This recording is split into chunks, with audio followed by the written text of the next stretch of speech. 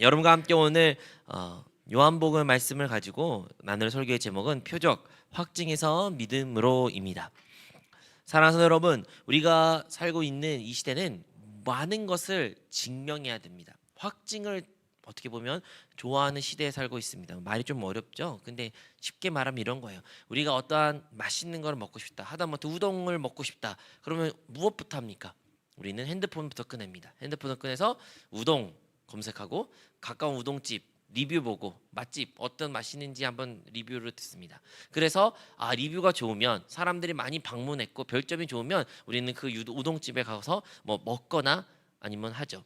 물건을 구매하는 것도 마찬가지입니다. 물건도요, 나 이게 필요한데 할 때 우리는 검색을 하고 사람들이 리뷰, 다른 이거 좋더라, 이게 좋다고 사진으로 보여주고 증명해주고, 아니면 유명한 연예인이나 유튜버들이 이런 제품이 참 좋습니다라는 것을 우리가 들어야 비로소 우리가 그것을 구매하고 결정을 내리고 있습니다.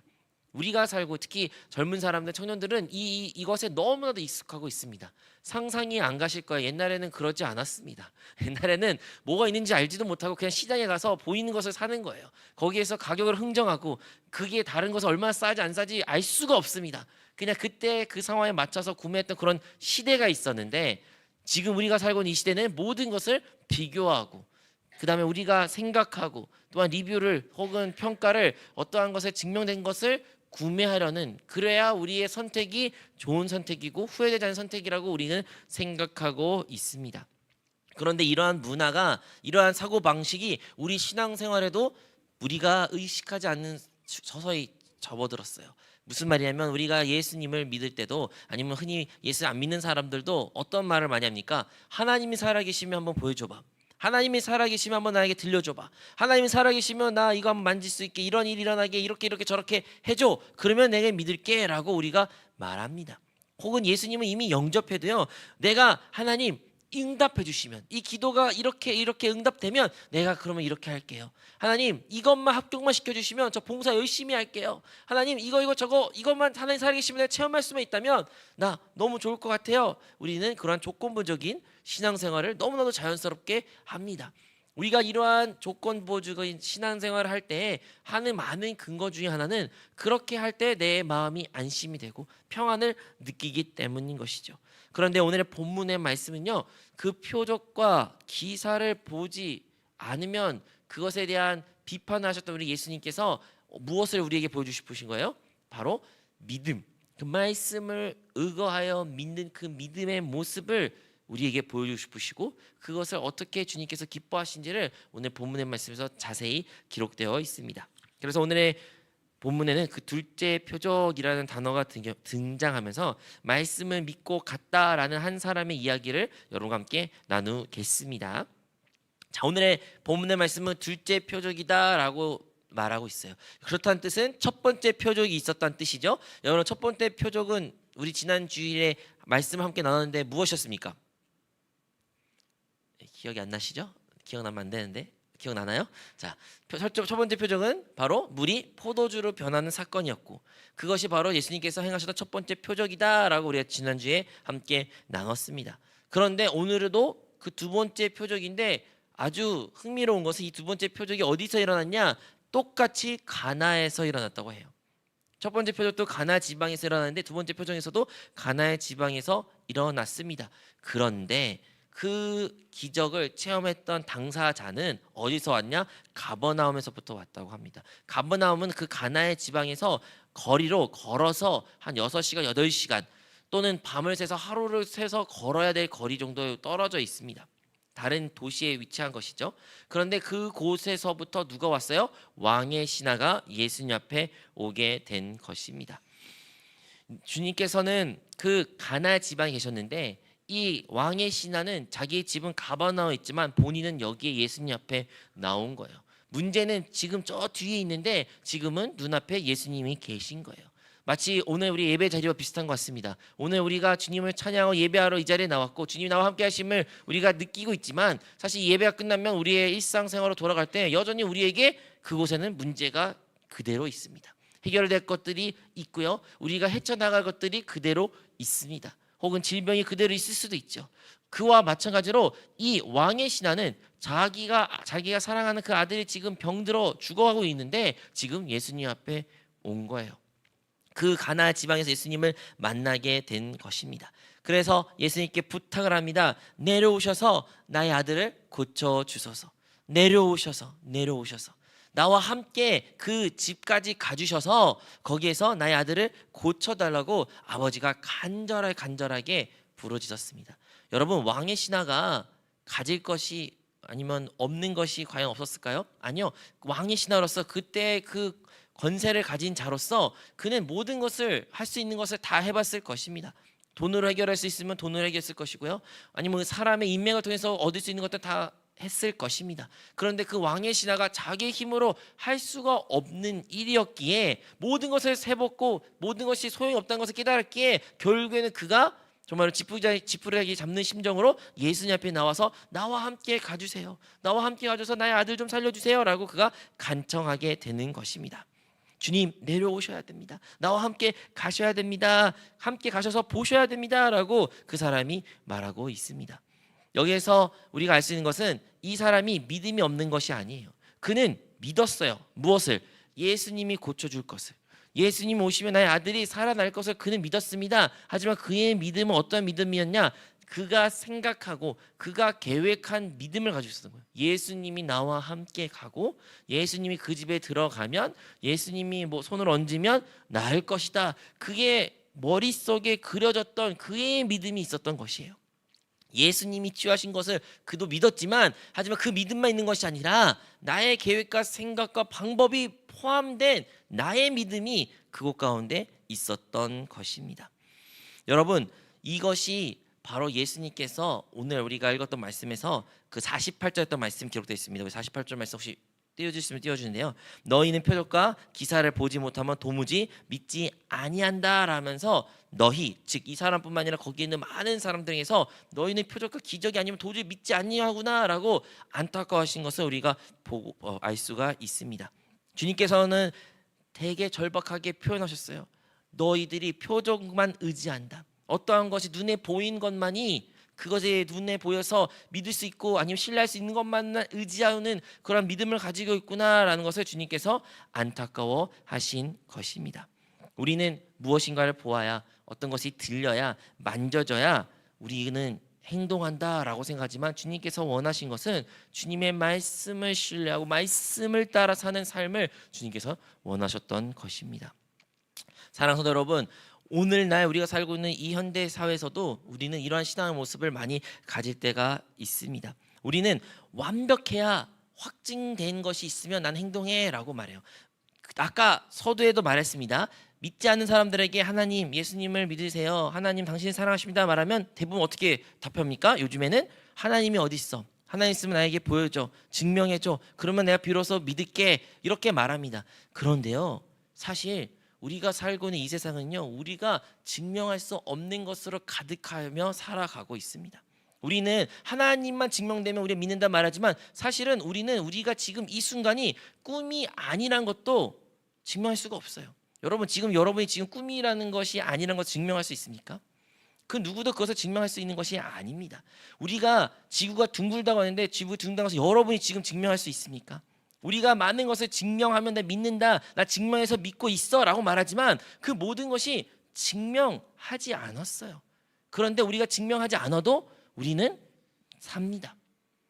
즉 무슨 말이냐면 우리가 갖고 있는 그 생각, 증명되어야지, 내가 보아져야지, 내가 만져져야지, 그로써 내가 믿을 수 있다라는 그 생각 자체가 어떻게 보면 엄청난 또 다른 믿음으로 구성된 것을 알아야 된다는 것이죠.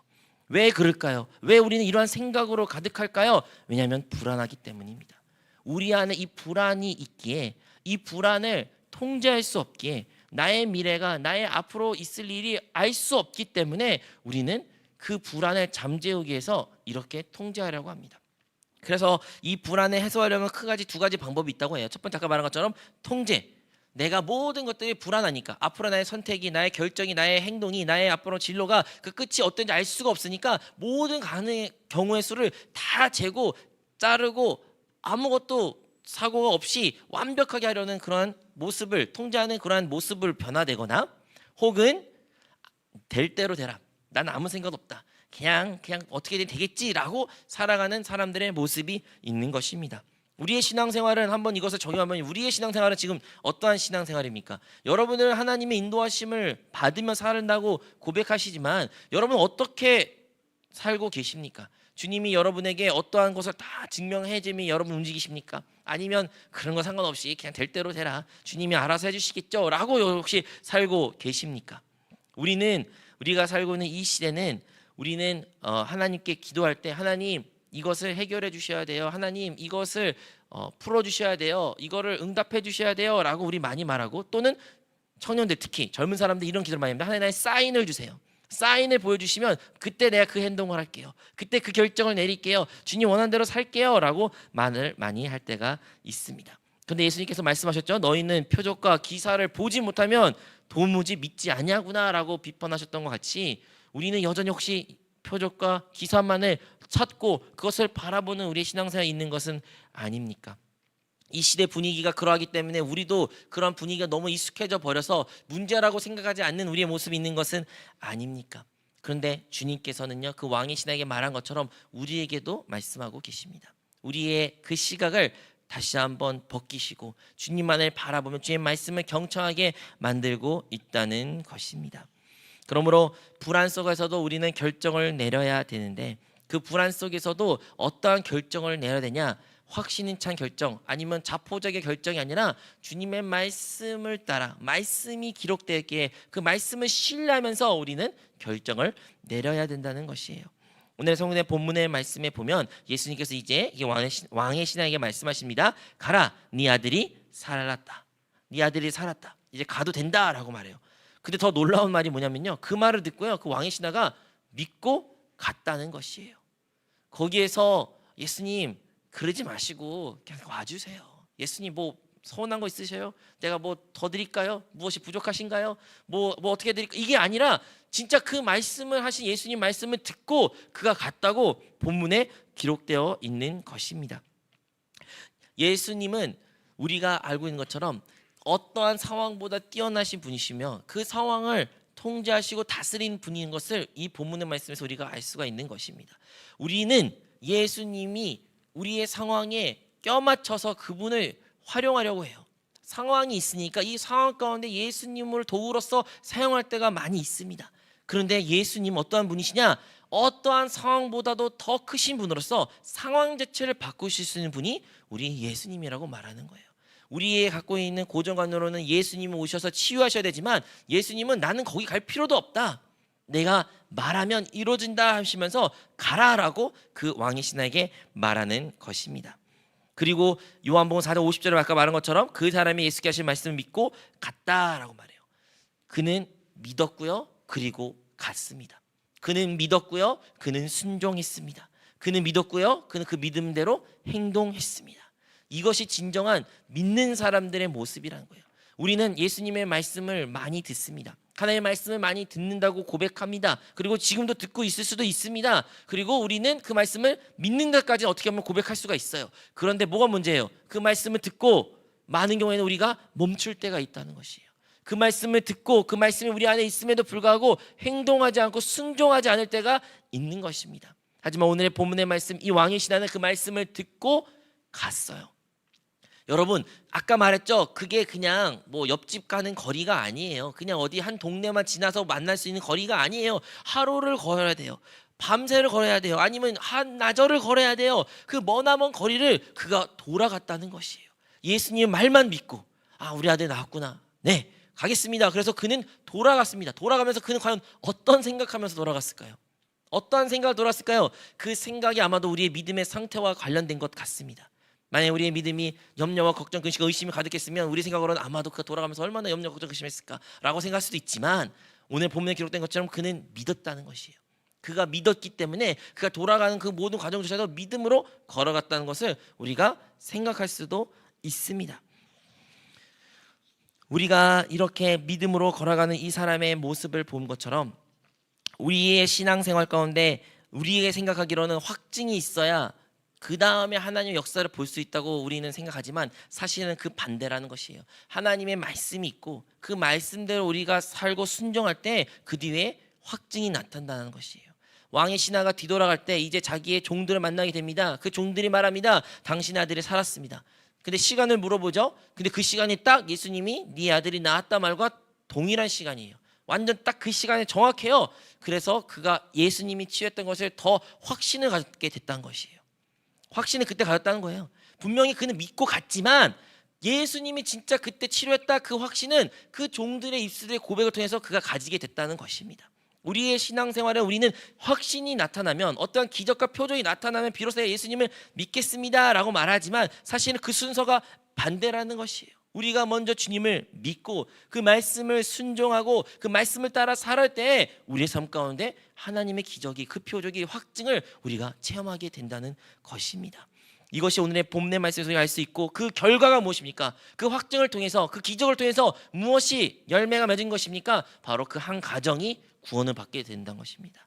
한 사람의 믿음이, 그 말씀에 순종한 그 믿음을 통해서 확증이 하나님의 역사를 보게 되었고, 그 역사가 나타남으로 말미암아 그 온 가정이 예수님을 영접하게 되었습니다.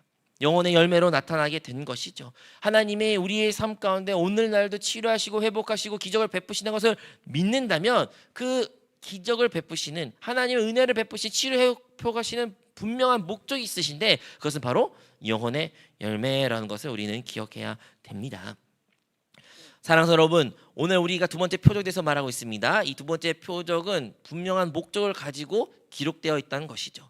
첫 번째 표적 같이 물이 포도주가 되었어요, 놀라워요, 그게 전부가 아니에요. 이것도 어떤 아들이 있었는데 그 아들의 아빠의 믿음을 통해서 아들이 낳았대요, 그게 전부가 아니에요. 그 수많은 기적 중에 요한이 이 기적을 두 번째 표적이다라고 말한 만큼 여기서 강조한 것이 있다는 것입니다.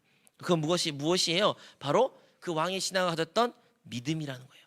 그가 처음에 예수님 앞에 나왔을 때는 다른 사람과 마찬가지로 예수님 나와 함께 하셔서, 나와 함께 내려오셔서, 나와 함께 내 아들을 만나 주셔서 치유해 주세요 라고 고백했지만, 그 표적과 확증을 구했던 그였지만, 그가 예수님의 말씀을 이제 믿는 모습으로 변화됐고 신앙생활이 바뀌었고, 그래서 그 말씀을 그냥 듣고 믿는 걸 그친 것이 아니라 순종하여 갔어요.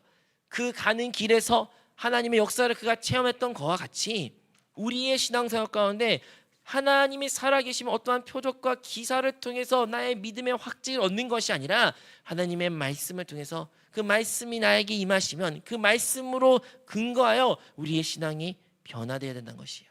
그 말씀을 따라 순종해야 되는 것이에요. 그럴 때 우리의 삶 가운데 하나님의 살아계심을 체험하게 된다는 것입니다.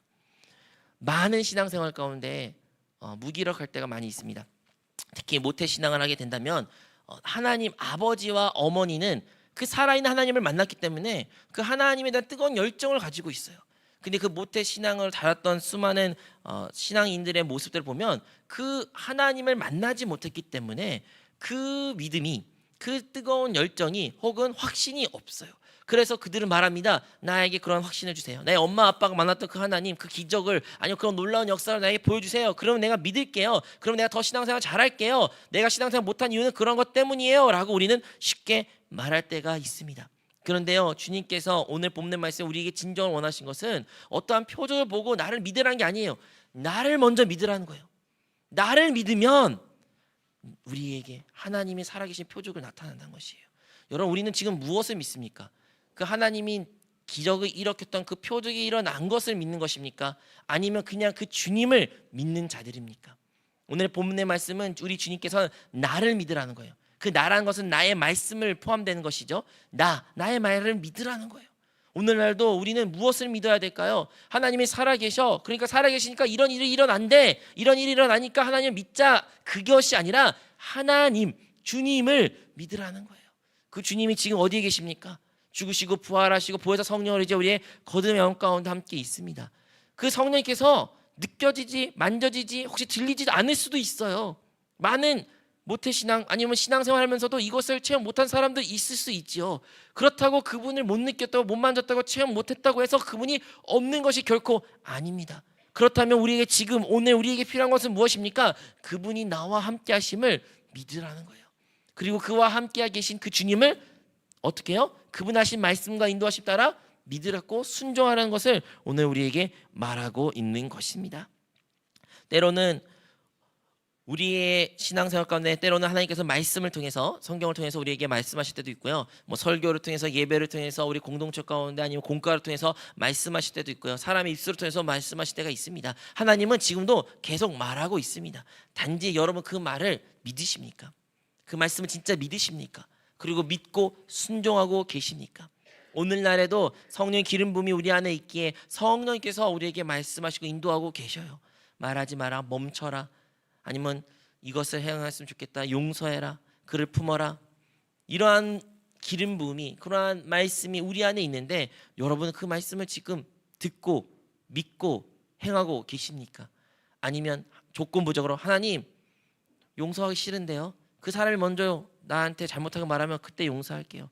하나님 나 이거 예를 들어 헌금하고 싶지 않은데요, 나 이거 잘 되게 해주면 그때 내가 이거 저거 헌금할게요. 하나님 나 저 사람 도와주고 싶지 않은데요, 먼저 내 상황을 고쳐주면 그때서야 내가 하나님 그 저 사람 고쳐줄게요, 도와줄게요. 우리가 혹시 이러한 신앙생활의 모습이 있습니까? 그렇다면 오늘의 본문의 그 표적을 통해서, 두 번째 표적을 통해서 우리가 다시 한번 점검하는 것은 어떠한 외적인 기적과 행적에 있어서 그분에 순종하는 것이 아니라 그냥 주님으로 말미암아 주님 때문에 주님의 말씀에 순종하는 우리 모든 성도가 되시기를 주님으로 축복합니다. 여러분, 우리가 순종이라는 것은요 뭐 거창한 것이 아니에요. 지금 여러분 안에 있는 그 감동, 그 인도하심, 그 말씀에 행하면 된다는 거예요. 만약에 하나님께서 기도를 하자 하시다면 기도를 그 자리에서 하면 됩니다. 하나님께서 지금 말씀을 해서 저기 가자 하면 그 자리에 가면 돼요. 하나님께서 어떠한 거창하게 하게 왔어서 그 작은 것부터 우리에게 계속 말씀하고 계시고 우리를 통제하고 계시고 우리를 인도하고 계십니다.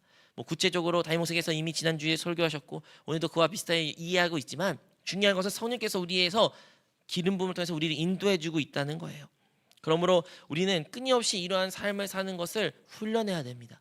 그때 비로소 우리의 삶 가운데 하나님의 놀라운 표적과 뜻을 체험하게 되고 하나님의 나라가 우리의 삶 가운데 온전히 임하게 될 줄로 믿습니다. 우리가 살고 있는 이 시대는 확증에 익숙한 시대입니다. 모든 것을 증명해야 돼요. 마지막 한 예화로 마치고 설교 마치겠습니다. 제가 최근에 어떤 분으로부터 이런 이야기 들었습니다. 경찰서에서 연락 왔어요. 카톡입니다. 써 있습니다. 공인된 뭐 카톡 라면서 공인됐대요. 공인된 번호라서 경찰서에서 연락이 와가지고 당신에게 범칙금이 지금 계속 밀렸으니 곧 압류됩니다. 그러니 이 전화번호로 연락하세요라고 카톡으로 왔어요. 그리고 전화를 걸었는데 경찰서래요. 경찰서고 어디 부서인데 진짜 압류됐습니다. 그러니까 압류될 것입니다. 그래서 이 아래 계좌로 송금하세요라고 문자가 왔고 또 이렇게 안내를 받았습니다. 그런데 여러분 딱 느낌이 뭘 같습니까? 네, 보이스피싱이죠. 사기입니다, 사기. 근데 어떻게 이것을 보이스피싱 사기라 생각합니까? 우리가 믿지가 않아요, 그죠? 믿지 않아요. 그냥 연락이 와도 믿지 않아요. 그냥 안 믿어요. 증명하세요. 진짜 당신 경찰인 걸 증명하세요. 보여주세요. 보여주시면 믿겠어요. 그런데 그러한 심리 때문에 진짜 클릭하고 진짜 전화해 보니까 진짜 그럴싸해요. 진짜 같아요. 그러니까 믿는 거예요. 우리가 생각하기에는 우리가 그 확증을 안 했기 때문에 믿음이 없어요. 확증을 믿겠어요 라고 말하면 반대로 그 확증 때문에 우리의 믿음이 더 이상한 데 빠질 수도 있다는 것입니다. 그래서 우리에게 중요한 것은 우리의 신앙 가운데 그 확증이 있냐 없냐에 따라서 우리의 믿음이 좌지우지해서 되는 것이 아니에요. 그리고 주님께서 그렇게 원하지도 않으셨습니다. 주님은요 주님 자체로 그 주님을 믿기를 원하신다는 것이에요. 우리가 믿는 대상은 예수 그리스도이십니다. 그분이 그리스도인 것을 믿으시고 그분이 말씀이신 것을 믿으시고 그 말씀이 상황을 통제하고 상황을 뛰어넘는 분이라는 걸 믿어서 그 말씀을 따라 순종할 때 하나님께서 모든 걸 행하셨다는 것을 우리는 믿어야 된다는 것입니다.